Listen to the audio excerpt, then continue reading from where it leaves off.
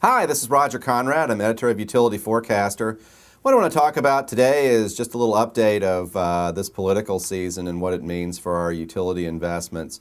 And of course, those of you who've read Utility Forecaster over the years know that regulation is a huge part of prospective returns. And the more regulated the company, in fact, the more the utility depends on getting a return on whatever it spends its money on. And that, of course, depends on the regulators, and which are, of course, appointed by politicians.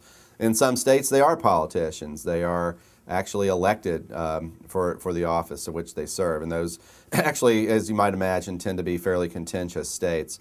Looking around the horn in this election, I had a couple of points of trepidation, and I brought those up in an article earlier in the year. And these are basically, number one, given the recession, would we start to see a lot more utility bashing in a number of the states? And number two, would some of these issues, such as renewable energy, which a lot of companies have been spending money on, would that begin to be rolled back as a result of the election? And of course, a lot of these questions are still very much unresolved.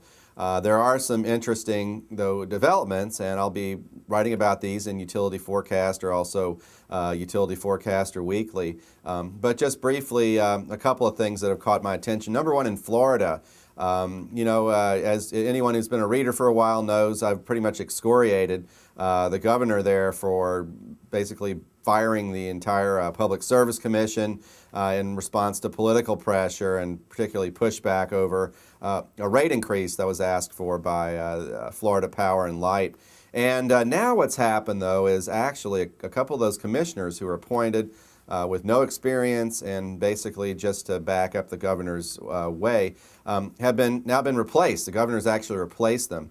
And these commissioners are actually have some experience and they are past muster anyway within industry sources. So that's sort of an unexpected development there where you had a climate that looked like it was deteriorating very quickly. Now switching back, in fact, the same politician who was responsible for the deterioration actually reversing. So they're going to have a new governor at the beginning of the year, and there's reason to be somewhat optimistic that the state is still in economic trouble, but they won't be taking it out on the utilities. In fact, they will be continuing to promote a climate that's existed for decades that promotes long-term investment by the company. So that's a very big positive. I think if you're looking at a potential negative there, you can look up in some of the states in the Northeast. The Attorney General of Connecticut has gone on the warpath against utilities all across the board, going to the commission, demanding investigations, and of course he's running for the U.S. Senate. So I think when that does happen, when we do get the election out of the way, there's a good chance that the next Attorney General won't be picking up those themes and really trying to wield the cudgel against the local utilities there. And in fact, the Attorney General running for Senate will not be the Attorney General next year. So another interesting development could be positive.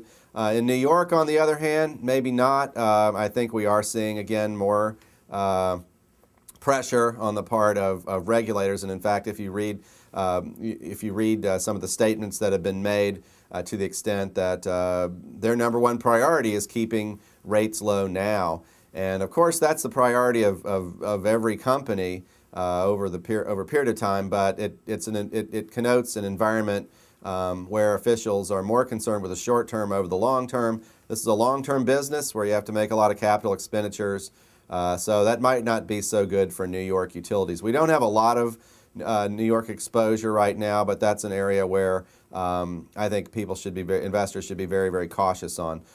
Developments in Colorado appear to be for continuation of spending on renewable energy. That's very good news for Xcel Energy. In California, a little bit up in the air there with Governor Schwarzenegger leaving office. And I think very much pro-renewables on the part of the Democratic candidate, also the Republican candidate. But perhaps a little bit more hesitation, and particularly on the Democratic side, about allowing those rates of return that make that type of investment possible. And of course, the local utility, PG&E, has come under fire for an explosion at one of the gas lines.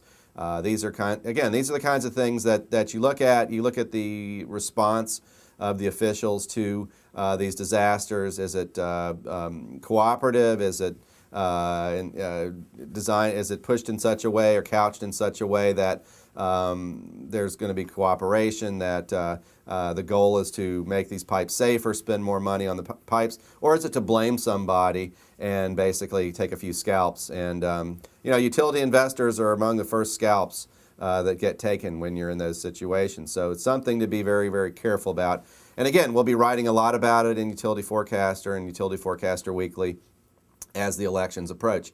That's all today. Thanks for tuning in. I'll look forward to chatting with you next time.